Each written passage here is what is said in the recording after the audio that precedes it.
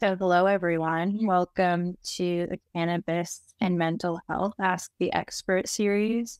Cannabis and Mental Health is a project by the Schizophrenia Society of Canada, and this evening's event will be a discussion on navigating cannabis during pregnancy and chest breastfeeding in partnership with the Native Women's Association of Canada.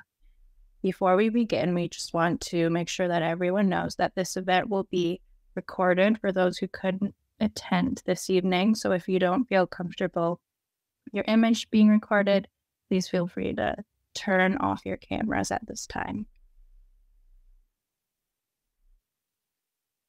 So before we get into things, we want to acknowledge that wherever we're logging in on across Turtle Island and Inuit today, we're all located on the traditional territory of Indigenous peoples, whether that be treaty land or unceded and unsurrendered territory.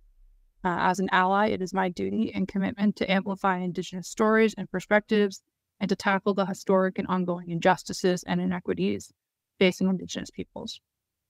Gabrielle is logging on from Treaty McKee, Treaty 2, and Treaty 35, which are the traditional territory of the Wyandot, Miami, Anishinaabe, Caldwell, Mississauga, and Peoria peoples, otherwise known as Windsor, Ontario.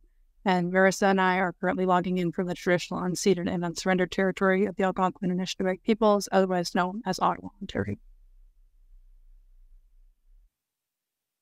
Thank you for joining us. My name's Elsa.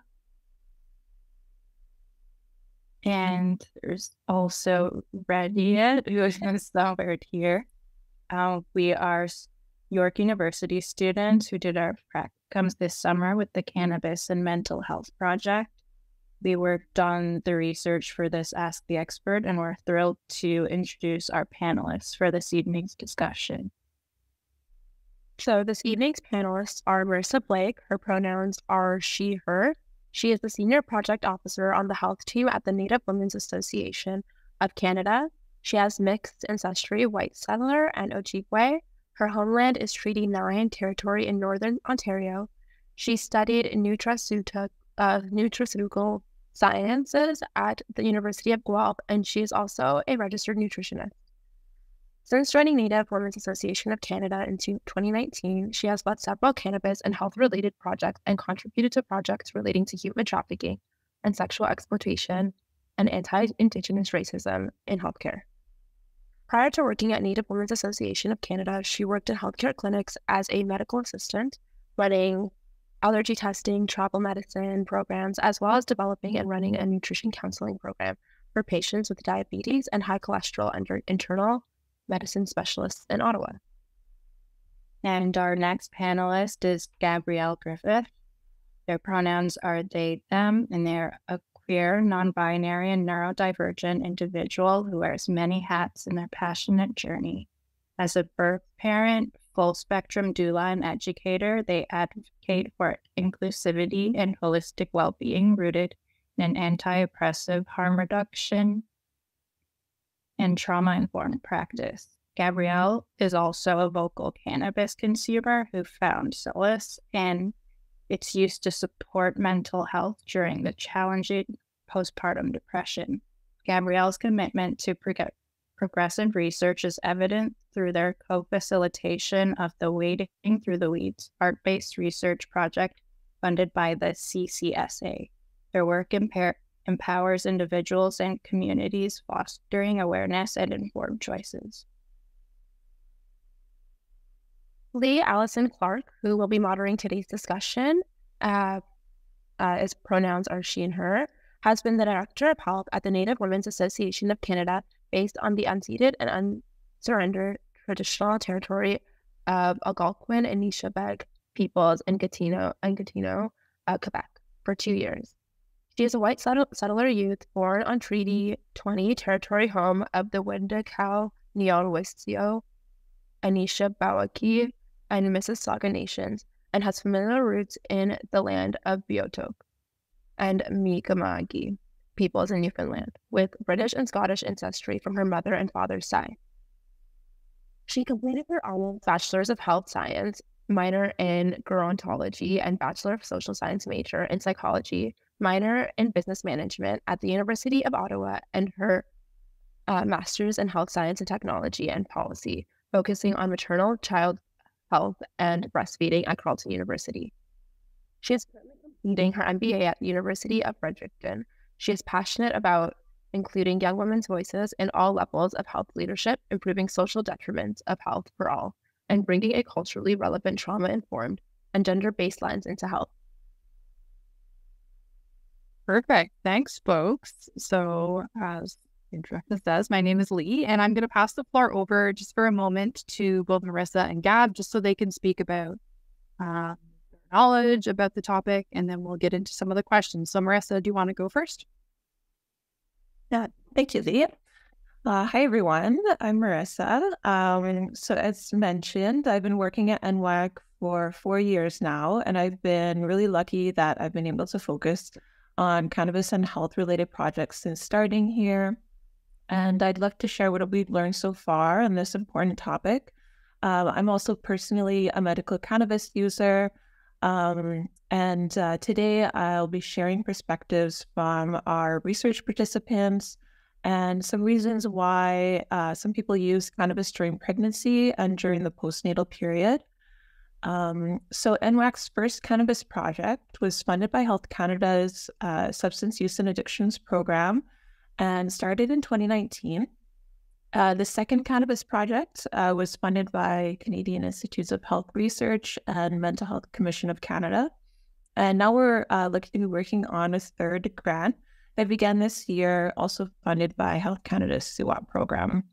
So over the past 4 years, we've held virtual engagement sessions with over 100 First Nations, Métis, Inuit, elders, 2S LGBTQIA+ folks. During discussions, participants shared their perspectives and experiences with cannabis, legalization, and shared their priorities for public health education and cannabis research, and how they've discussed cannabis with their health and social care providers.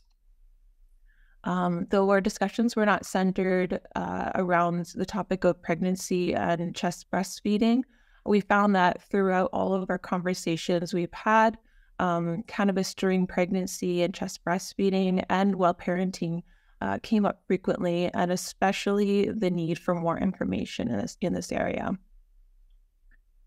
So there are various reasons why someone might choose to use cannabis during this period, such as managing symptoms associated with pregnancy or managing pre-existing symptoms. Cannabis might be used to help manage pain, nausea, anxiety, and they may have already been using cannabis since pre-pregnancy as well. Many participants recognize the gap in available information regarding its effects on the baby and child's development. However, the fear of being reported for cannabis use from health and social care providers was cited as the highest concern by participants, and stated that this valid fear kept them from having an open relationship with their health and social care providers. Ultimately,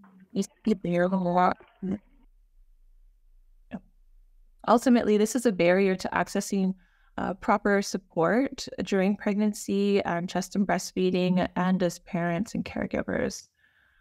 Many individuals turn to their health and social care providers seeking guidance during pregnancy and during their postnatal journey. This reliance on professionals in the field underscores the importance of ensuring that accurate information and support is readily available to those who seek it. However, stigma is a significant barrier to access resources due to the longstanding negative view of cannabis, and in particular for BIPOC, 2S LGBTQIA folks. To offer you a glimpse into the real experiences and voices behind our research, we've shared some quotes from our research participants to provide some real-world perspectives. Would you be able to share the slide?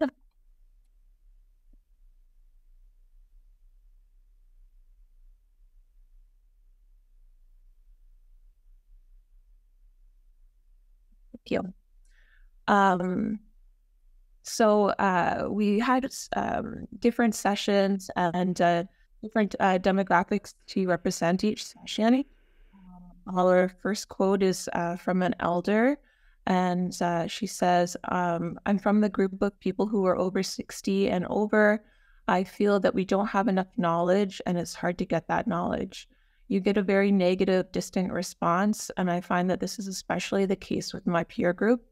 Again, the lack of understanding or not really believing that cannabis has benefits when used properly, but it has great benefits.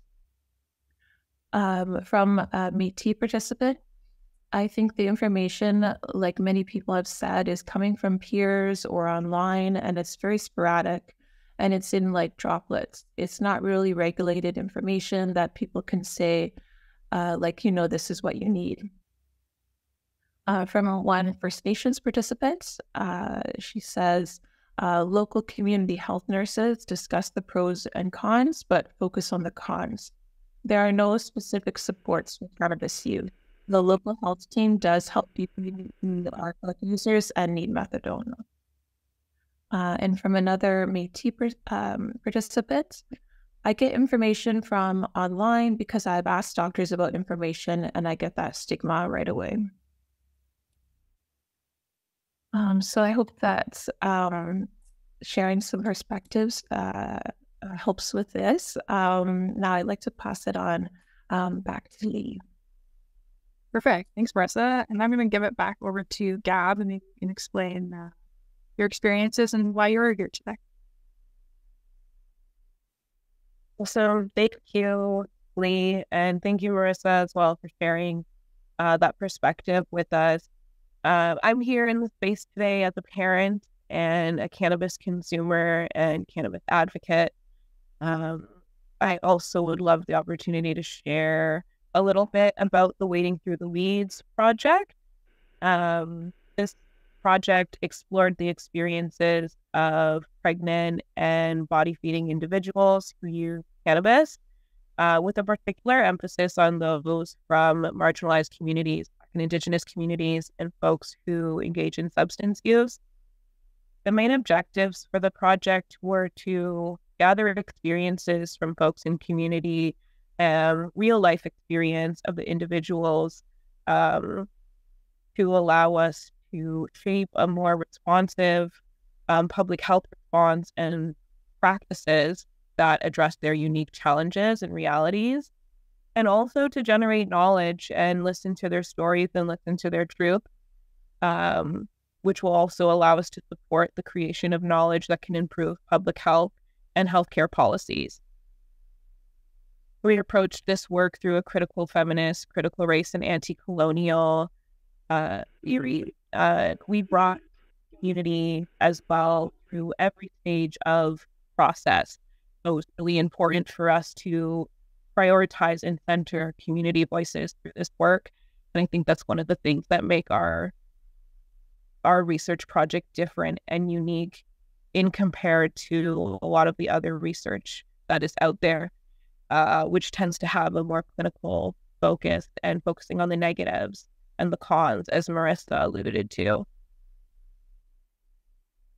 We used a method called photo voice, which for folks that don't know, photo voice is methodology that allows folks to work with photos and work with art and creation to share and tell their stories. And we each week would ask a question and then ask folks to go out into their home, into the space, and photos or draw pictures. Some even wrote poems, describe what came up for them. Some of the things that we asked were, what does cannabis mean to you in relation to your physical and mental health? What role does it play in parenthood or postpartum? How do you access information as a pregnant person that supported your decision to consume or not consume? What do you want healthcare and social care providers to know? What messages do you have for them? And what would you say about your cannabis access and consumption as a pregnant person? And also, how do you understand the relationship between cannabis and harm reduction in relation to your pregnancy and body feeding and parenting journey? Well, Keith just dropped a PDF of the full report. I really encourage folks to go and take a look at it. The last question that we asked the group was specifically around child and family service workers. What would you say to them about your cannabis access and consumption as a pregnant parent?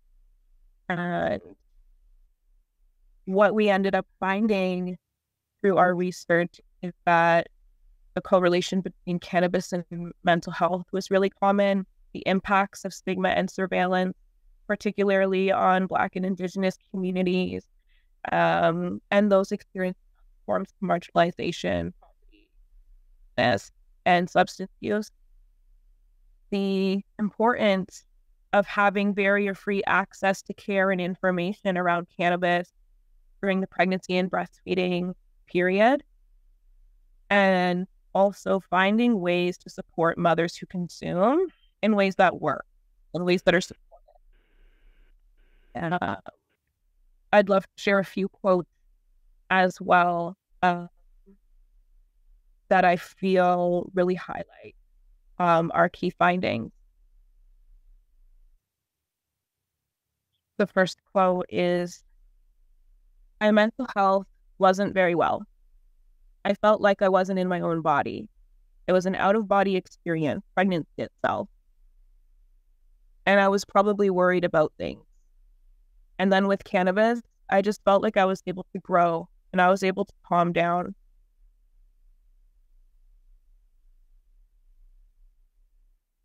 There are a lot of people who are now digging into different parts of your life simply because you are using cannabis. And this is speaking to the impacts of surveillance and the relation of that fear of being honest about the reality that you consume cannabis as a parent.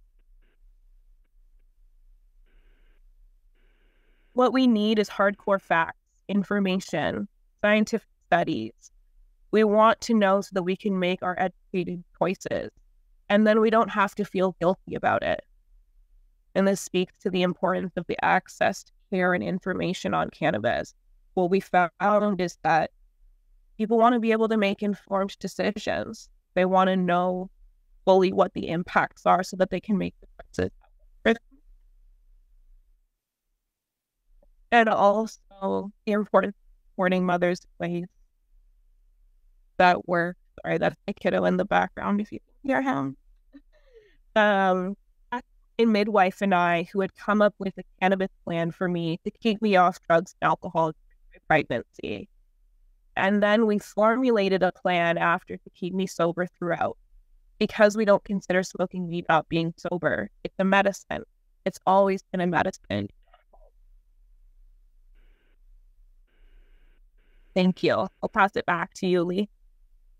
Perfect. Thanks, Gab. And yeah, in the chat, we popped a link to that full report. And then also we've linked the NY Cannabis Ed website as well, which I highly encourage you to check out. There's a really great calculator on there as well as some awesome information. So just to center the conversation today, we popped a link in the chat, and I was hoping everyone, if possible, could click it and just answer a quick question about what brings you to the space today so we can sort of formulate our answers in the most correct way possible in terms of, you know, what do we need to focus on? Are you a clinician or are you a user or are you both? So if we could just hop into there, that would be excellent. Does research include the differences? Oh, okay. Perfect. Yeah. So if we could, I encourage you all to click the link and just so that we can make sure that we know our audience today. Oh, okay. We're just putting it in the chat.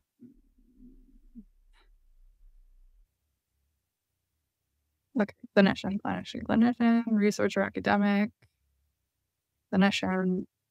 Okay. So the vibe I'm getting right now is advocate. Okay. Is advocate, clinician, and or healthcare provider, I suppose. And folks with lived experience. Perfect. So we will center our conversations mostly around clinicians. Great. So we'll jump into the questions now. So for Marisa and Gab, what advice would you give to pregnant people who are thinking of using cannabis?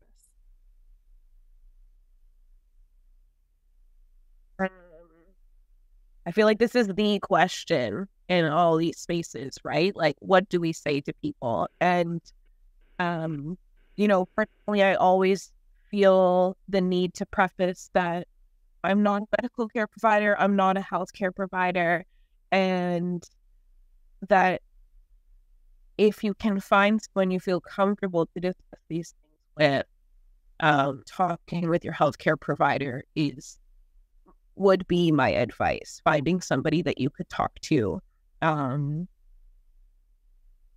that knows what's going on with your situation, because at the current moment, it's generally advised that folks don't use it because of the research that is out there. It's limited research, but it focuses on safety during pregnancy, reducing use and the potential risk to the fetus. And it kind of just ends there. When people ask me personally, I kind of return a question back to them and I ask, what's your intention with using cannabis? Is it something you've engaged with in the past? Or are you going to be exploring it for the first time? It's not something that I would personally recommend exploring for the first time, because you don't know how your body interacts with plant medicine. If it is something that you use regularly, for myself, when I was trying to figure out those decisions of, am I going to consume, am I not going to consume, I weighed the pros and cons for myself, and I made the personal decision that it is actually better for me to continue use. But I also was open to the fact that my relationship to the plant is going to shift and change through this time period. And I think that's important for folks to consider. I'll leave it there.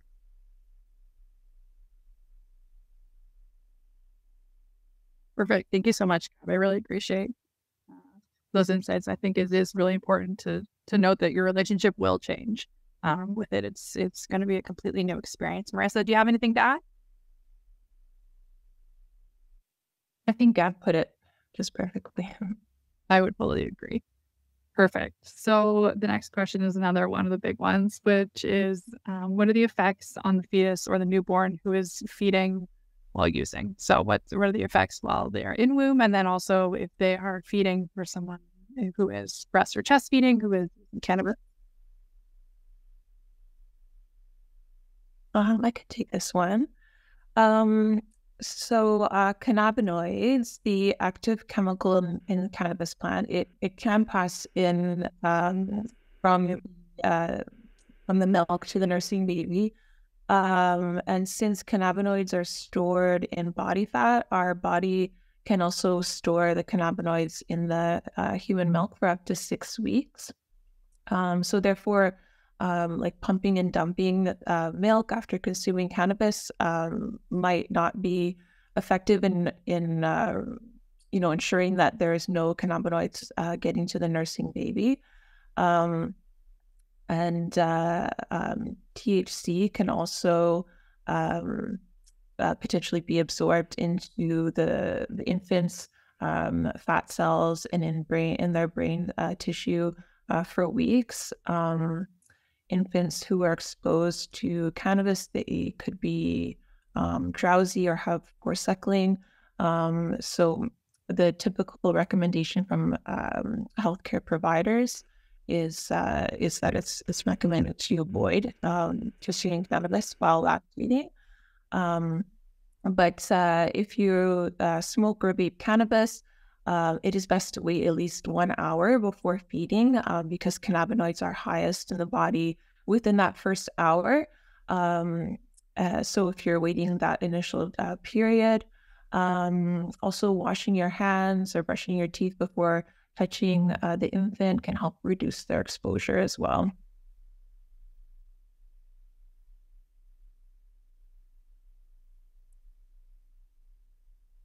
I'd love to add a little bit to that too, because many of the studies that are out there exploring cannabis during pregnancy and lactation have been done on animals due to ethical concerns on working with humans, and ones that do involve humans are very limited, and it's really challenging to provide consistent and accurate information on the impacts of cannabis because of other factors as well. Every pregnant body is different. We all have these unique endocannabinoid systems. And sometimes there's other factors like exposure to alcohol and tobacco, which may sometimes go hand in hand with cannabis consumption. So there's not a consistent basis in the information, but the thing is that it's not risk-free. It would be inaccurate to say that it's safe to consume, but I think there's more that could be done in the world of research to give us more concrete facts and evidence. Definitely. I fully agree. I think we're very early in the journey of understanding THC, CBD, etc. And taking a harm reduction approach is always the best route to go. Perfect. Thank you, folks. So the next one would be, what are the thresholds for use?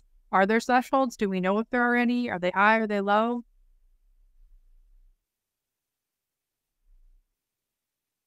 I can start this one. So yeah, as mentioned, like there's no known amount that's considered risk-free, and therefore, like until we know more about the effects of cannabis on the fetus or the infant and during pregnancy, typically experts advise like people who are pregnant or thinking about getting pregnant or are lactating to avoid it, and focus on therapies that have been proven safe, and trying to rely more on those. But that being said, there can be safer cannabis use practices like reducing the amount of THC in cannabis products that you consume, choosing lower THC products or favoring CBD, choosing non-smoking forms of cannabis, such as like edibles or oils or topicals, can work well for some people, and for localized pains. Less frequent use, whatever that means for you, and choosing cannabis products that are government regulated, that you're buying from the Health Canada regulated shops, and avoiding black market products that have unknown contaminants or unknown doses or ingredients is best.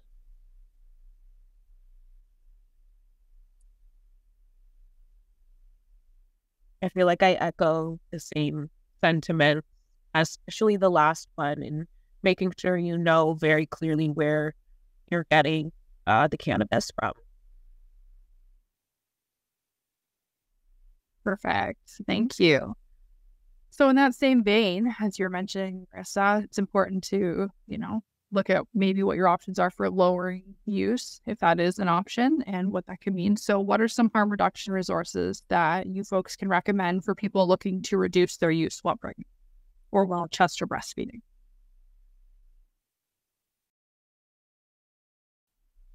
Actually, for this, I'll share some links in the chat. I have some links to health resources on this topic from a few different places.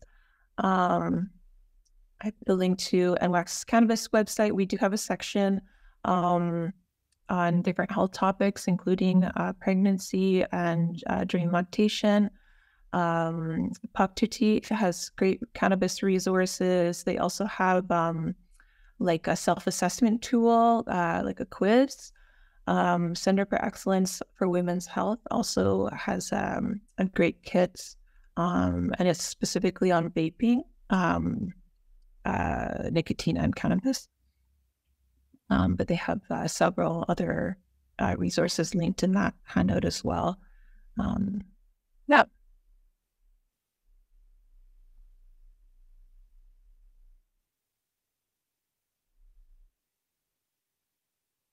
Thanks for those resources. I'm excited to check those out myself. This question makes me think of like the importance of defining what the harm is, to be able to figure out a plan that works for the individual. Sometimes cannabis is a tool and not necessarily causing direct harms, and it is in itself a harm reduction tool, depending on what the individual is navigating. One of the quotes I shared spoke to that, right? The person was struggling with other substance and alcohol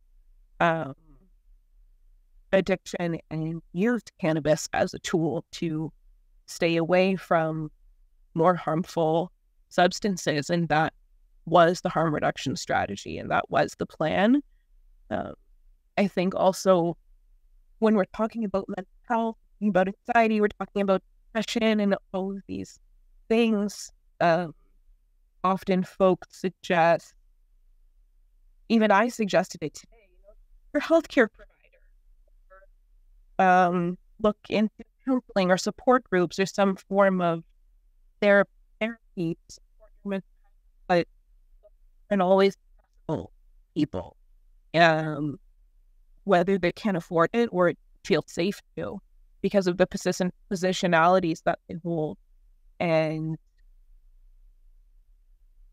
sometimes it's just about outweighing those pros and cons and figuring out what's going to work for me. Whether using this substance is going to support my mental health and keep my spirits up and support me in my day-to-day survival. No, I'm okay. I don't want water. Thank you. Oh, thank you. Yes.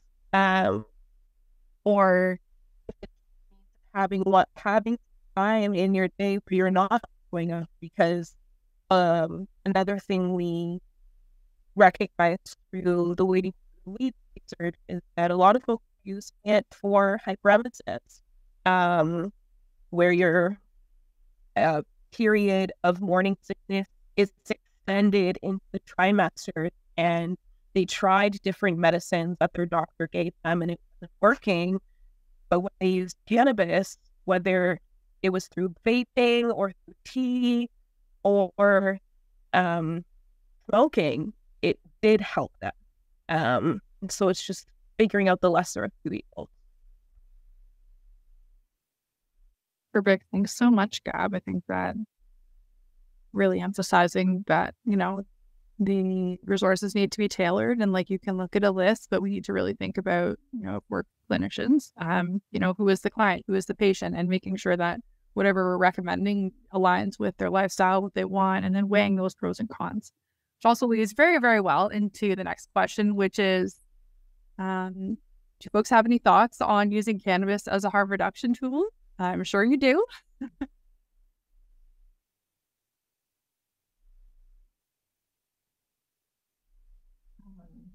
Yeah, so that's a great question. And I think it is important for people to recognize that cannabis is like a harm reduction tool within itself. And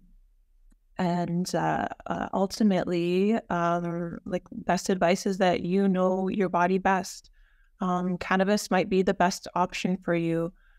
You might find that, like Gab mentioned, it works better than your prescription medications for managing different symptoms or for like pre-existing issues. It can help even like manage side effects from medications in certain situations. Might help you have a healthier mindset. It might help you, be more physically active or overall improve your well-being, and it might help you reduce or avoid the use of more harmful substances or alcohol. There's many situations where cannabis can be part of a healthy pregnancy and postnatal journey, depending on the individual.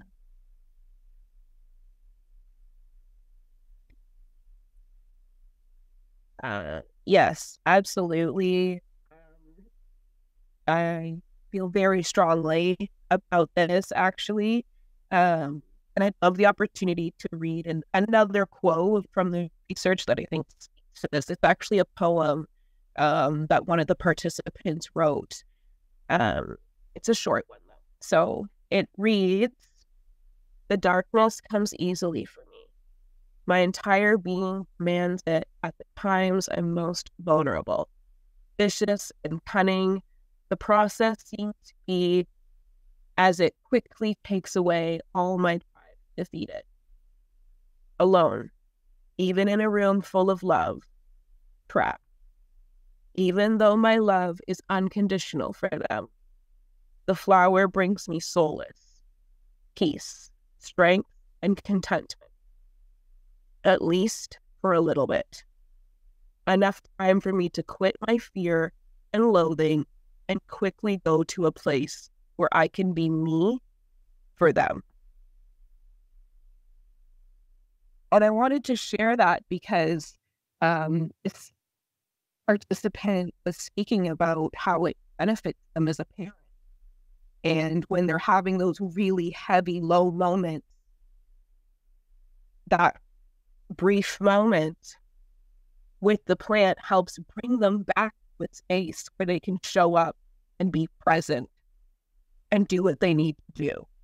And I think, unfortunately, sometimes when we have these conversations about cannabis and we approach it in a way that cannabis is a harmful thing, it closes the door for us to discuss, consider that it has benefits as well. During pregnancy and beyond pregnancy. Yeah,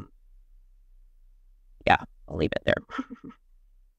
Perfect. Thanks to you both. I think it's definitely important to acknowledge the mental health landscape that we have in Canada and accessing different kinds of support that you might also, have similar effects when you're using cannabis. That's not an option for the majority of folks who do live here. So we need to recognize alternative ways to deal with those things while we live in this current system where mental health is something that you only can get treatment for if you're like kind of having some sort of a crisis.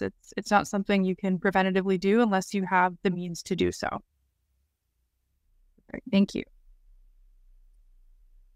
So again, kind of sort of in the same vein, what is your advice or alternatives to cannabis for people who are looking for pain and nausea relief during pregnancy or breastfeeding?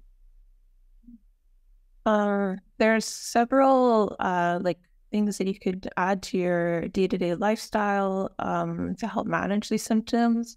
Staying hydrated is very important. So whether that be water or other juice or soups and juicy like fruits and vegetables, eating smaller meals like more frequently throughout the day, having more snacks. Having salty foods can sometimes help to quell the nausea.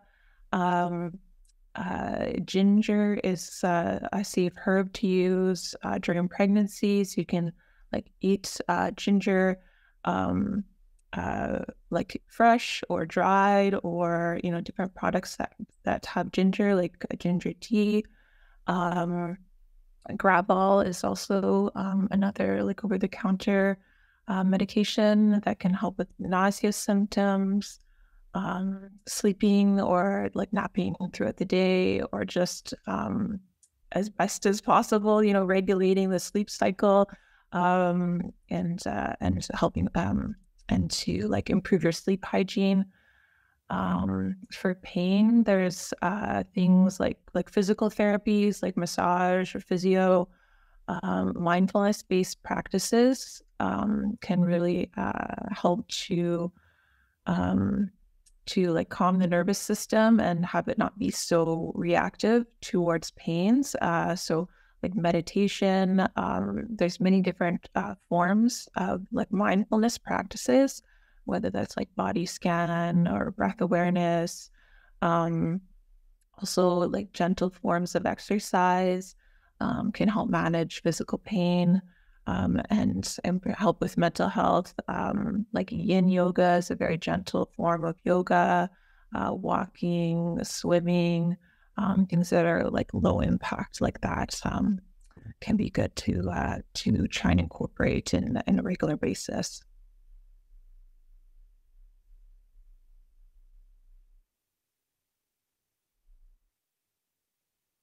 Yeah, I feel like you named the things.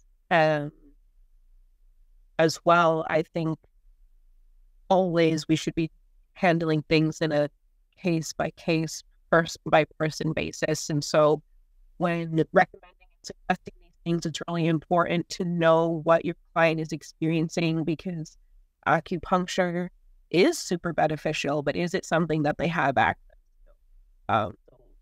Important be mindful of not just reading out the standard list of suggestions, ensuring that you're recommending things that they can access. Yeah, I think that is definitely very important. There are definitely a lot of alternatives, but again, as we know, we're using a harm reduction lens, so those things aren't possible. That's okay as well. So next, what are your advice for alternative methods to help with anxiety during pregnancy and breastfeeding?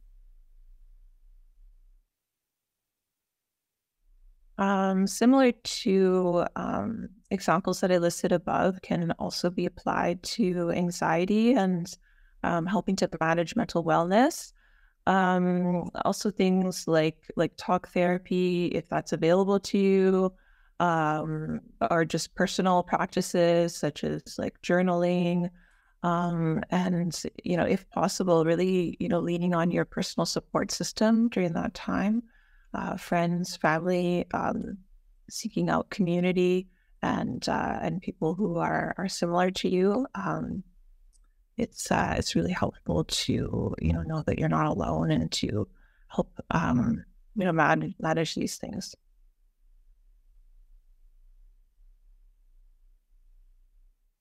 Yeah, I would agree, and particularly the community piece. I think a lot of those feelings of loneliness and anxiety happen from the isolation that comes with new parenthood. So ensuring that folks have a rooted community around them is really important. So I think community generally during pregnancy and that postpartum period is absolutely critical. I know a lot of folks who've given birth who, you end up having to stay home a lot, and it's really, really isolating. So trying to have some sort of community around you, whether that's in person or virtual, highly, really recommend. I'm going to switch gears a little bit. So are there any strategies that either of you could recommend or can think of that could be used in the healthcare system to lessen the fear of stigma and surveillance that pregnant people may feel, which may prevent them from speaking to their doctor or social care provider or whoever it may be about the struggles that they might be having with cannabis use, and gaining knowledge to make those healthy choices without fear of reprimand or CAS being called for?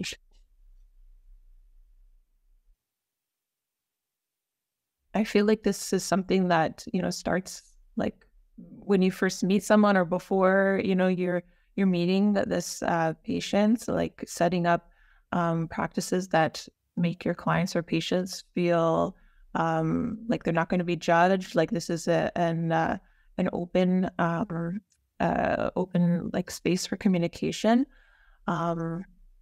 Bringing up the topic of cannabis yourself, so that then your patients are aware, and if it's appropriate, making sure that they even know that it's an option to be part of their therapeutic plan. Many people might not be aware of that. Providing evidence-based information on benefits and risks of cannabis use during pregnancy. Just again, like having, starting conversations, working with the person as the whole person in a holistic manner that's, providing them with personalized support. They should have multiple modalities as part of their therapeutic plan. It's important to have, a full toolbox and things that they can, cycle through or manage. Like they can have all of these tools available to them to, to help with, certain symptoms. And that's, there's something that they can, be empowered by. Is like when you have more tools and you're more empowered to manage your own health in an effective way. And then, of course, very important to create spaces that are open to traditional healing and that are culturally safe. And if anyone's, for those of you that are health and social care providers, we do have a more resources section in the NWAC Cannabis Ed website, where you can see our, like the Wading Through the Weeds reports, but also our reports on the projects that we've completed so far. And we have more extensive recommendations in there as well.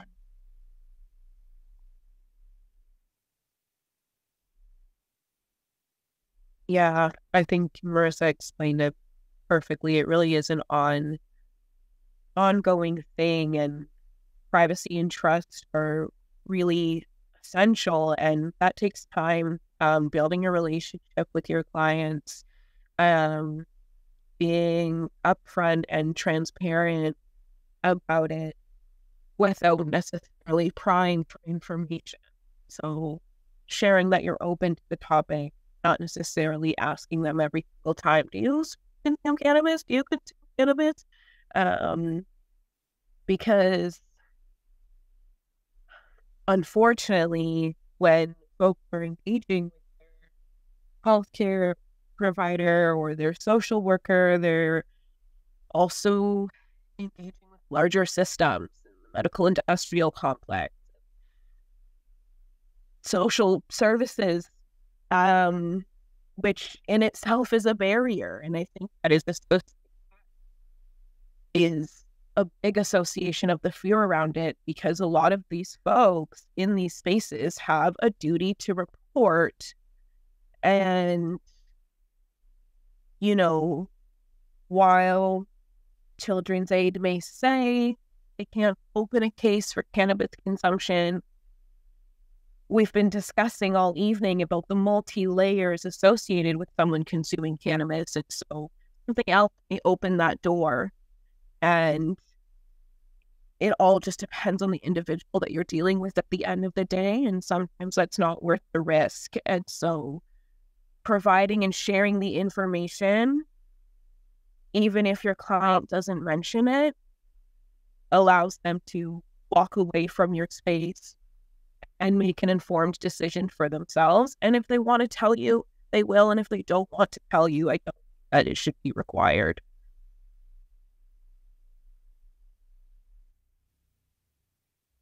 Perfect. Thank you to you both. I think that this is something really, really important that needs to be considered, because the onus isn't on the patient for this. The onus is on the healthcare system itself. And we know healthcare workers are overworked, overburdened, underpaid, underappreciated. We know that is reality, but you do have a duty to provide care to the highest standard for all people. And we would be also remiss to not talk about racism in healthcare for folks who are entering into the healthcare system where immediately there is judgment, there is stigma that may be placed on them. And recognizing that up front, I think, is quite important. We did some work at NWAC related to racism and reproductive health care. I'm going to pop 2 links in the chat. One is the paper, and then one is a toolkit that can be easily implemented into any healthcare setting. So you can see and be more reflexive to the kinds of patient needs that you have. So the final question that we have on our list today, although I have seen a couple in the chat and I have noted those, is how can we best support pregnant people and people who are chest and breastfeeding who use cannabis? And are there specific community or cultural considerations we need to think about when we're doing this? We've mentioned, some of these things before, but it, really comes down to active listening, communicating to the patient or client, their feelings are valid, and putting trust in that person. They know their body, acknowledging that it can be difficult to get the needed support from others, especially during this time. Having comprehensive health and personal support team, it's ideal through getting through pregnancy and the postnatal period. I would advise in seeking out other women, trans, gender diverse folks who have gone through similar experiences as you, and whether that be like in support groups or as part of your friends and family, local community, or of course, like online communities can be a really great resource.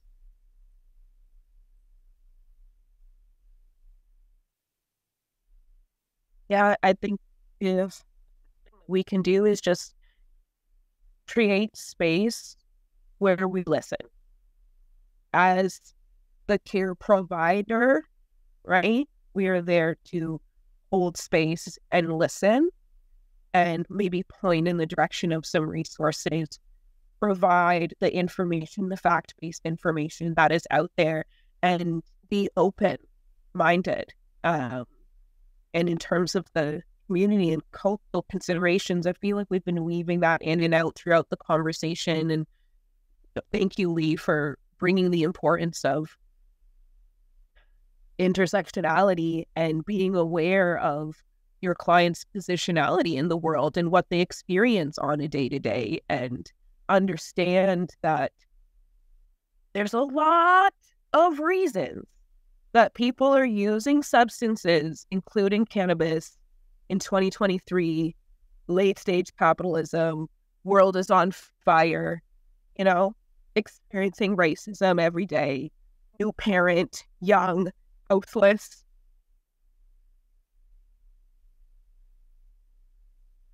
And healthcare providers and social, I think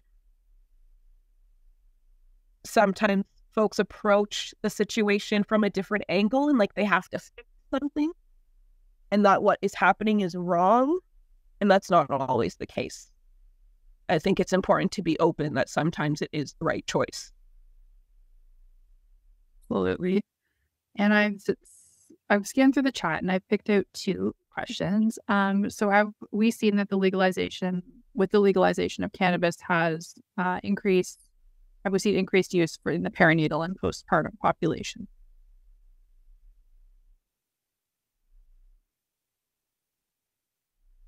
I actually don't know the answer to this one. I have seen reports, like just in general, and for youth populations, that legalization has not resulted in an increase of higher use for the general and for youth populations. But I'd be curious to know as well if there's any changes during for pregnant folks. I also don't know the yes or no answer, but to be honest, I would be shocked if it's increased. I think perhaps folks are more comfortable being vocal about it because it's been legalized, right? They're no longer doing something illegal. And so that creates more space for folks to feel comfortable to acknowledge the fact that they're consuming. And some people are, almost celebrated and supported very vocally, and other folks experience more stigma and surveillance. So I would be interested to see those numbers. Yeah, I think it's definitely too early to tell given the timeline of legalization of cannabis. You know, we're still very much in the early stages, and I don't think what happens in the first couple of years is going to be indicative of what we're going to see in the long term. And then also, of course, there is the phenomenon of, well, it's become legalized, so we're going to be able to talk about it more freely, and therefore more people may be reporting. We see that for lots of different things. And the last question I saw from the chat before was, I'm curious if anyone on the panel can speak to cannabis use and pregnancy in a youth context, particularly with regards to teen pregnancy and young parents.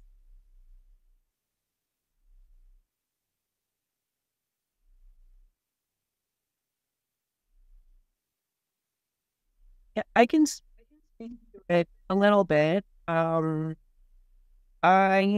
was a young parent. My kiddo at 21.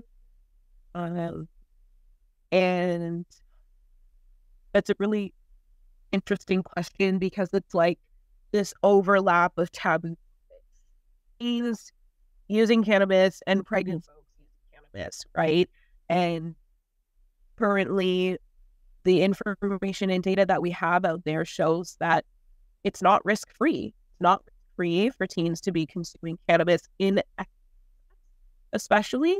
And also, we've been talking all evening about the impacts on pregnancy, right? And so that double implication of the plant makes it challenging, and I would imagine that parents experience even more stigma for discussing or asking questions about the topic because it's already frowned upon for youth and it's already frowned upon for pregnant.